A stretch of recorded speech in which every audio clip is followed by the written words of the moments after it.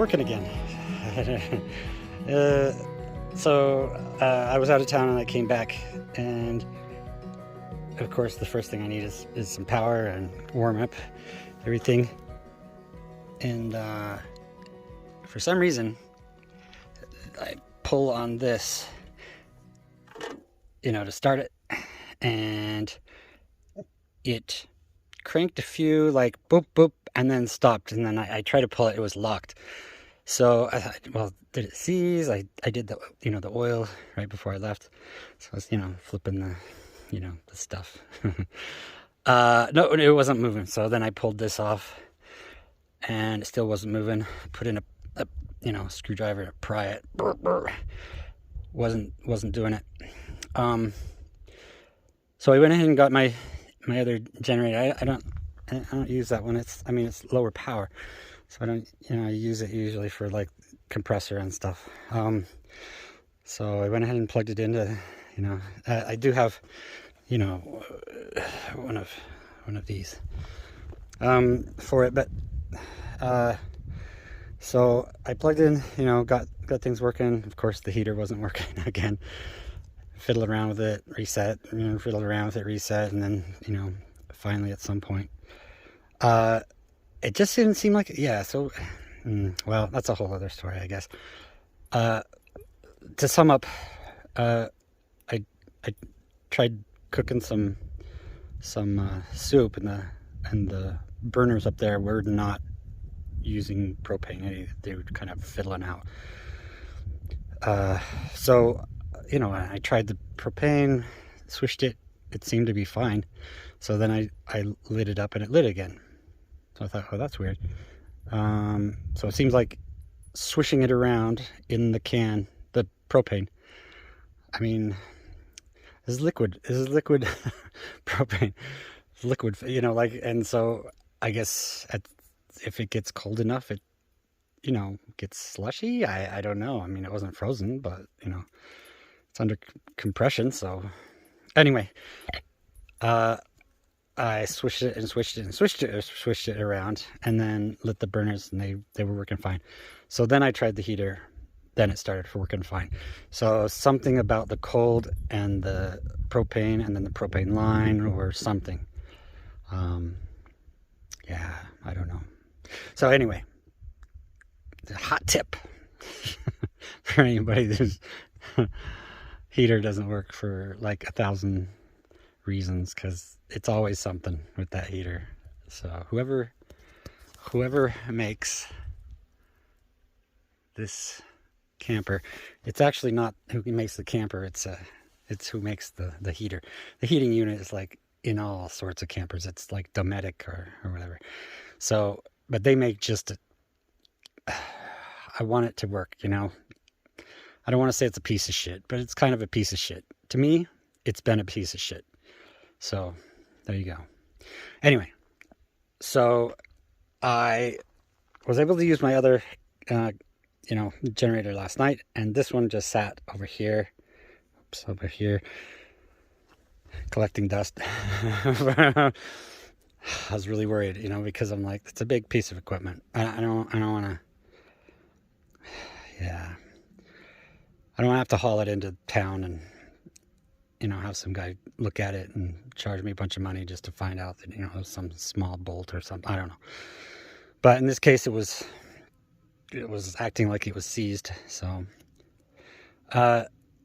then I realized that if I stuck the screwdriver through this is without this thing. Let me get down here. I've got the other thing in the battery in my armpit. That's why we stopped for doing the windows for a quick sec, so that I could charge the battery of my phone again, because it was running out. The good thing I found out that it was almost out. It was like 3%. Good thing I found out before I tried to film, doing window stuff. Anyway, so it's been charging, and then, so what I've realized, so I'm just doing little things around, but I realized if I put without this, there's a little spindle. I put the screwdriver through it and wedge it, nothing. It just would not move. Putting my weight on it with my foot, everything. But after pushing it and pushing it and pushing it, it seemed like it was giving a little. And then I was like, oh, cool. So I kept doing it and kept doing it. And finally, it got past that hard point, and it's almost like it kicked back. You know, like, you know, you try to start it and then it kicks back. Motorcycles do this with their Kickstarter. So something like that, but with this. And I don't know. So I clicked it past that hard point, and then it would turn, you know, once or twice, whatever, and then it would stop again, and it was really hard. So then I'm like, you know, I gained hope. So I push it, and it wasn't doing it, and push it. Well, it finally kicked past that little thing again. And I'm like, interesting. So then I started thinking, well, maybe it's just a cold thing, you know, like in, you know, the heat of the day, and maybe it's been sitting a long time, and long time, I mean, you know, a couple of weeks, a month, you know, not like years. So, but yeah, so I did it again, and then this time I put my foot on it to see if I could do it faster, because it takes a long time to wedge it. And doing my foot seemed to work a little bit easier this time, and then a little bit easier again. And I was really surprised. So then I started putting this thing back on without bolting it on, but just pushing it, and then put my foot against it, and then pull, and then it would go boop, boop, boop, you know. So that was, you know, again, you know, making me feel good. So like, there's hope I can get this to work. Yeah. So did a few times, and then it started, you know, doing its thing. So then I bolted the thing back on to, you know, hold it, and tried it, and finally, you know, with, you know, the choke, without the choke, you know, but finally it got it running. It was a pop, top, top, top, top, top, top, top, top, top, top, top, and then it started running. So joy to the world. So I went ahead and plugged it in, let it run for a while, let it run, get it warmed up, get all the juices flowing, and the oils, you know, splattering around in there with the mechanical pieces. And so hopefully you don't have that, you know, trouble again. But for now, it seemed to be a good solution. Got it working. Also, it makes me feel good because I got it working, not somebody else. Because that's it's just you know, self-satisfaction, you know, getting things working. So then I was just charging the batteries over here too. This battery, for some reason, never registers down here as full. It just always has the red light instead of the green light. But this bar says it's full, so I'm thinking maybe I'll just mark it, because there's one of my batteries that does that anyway, so that's probably the one.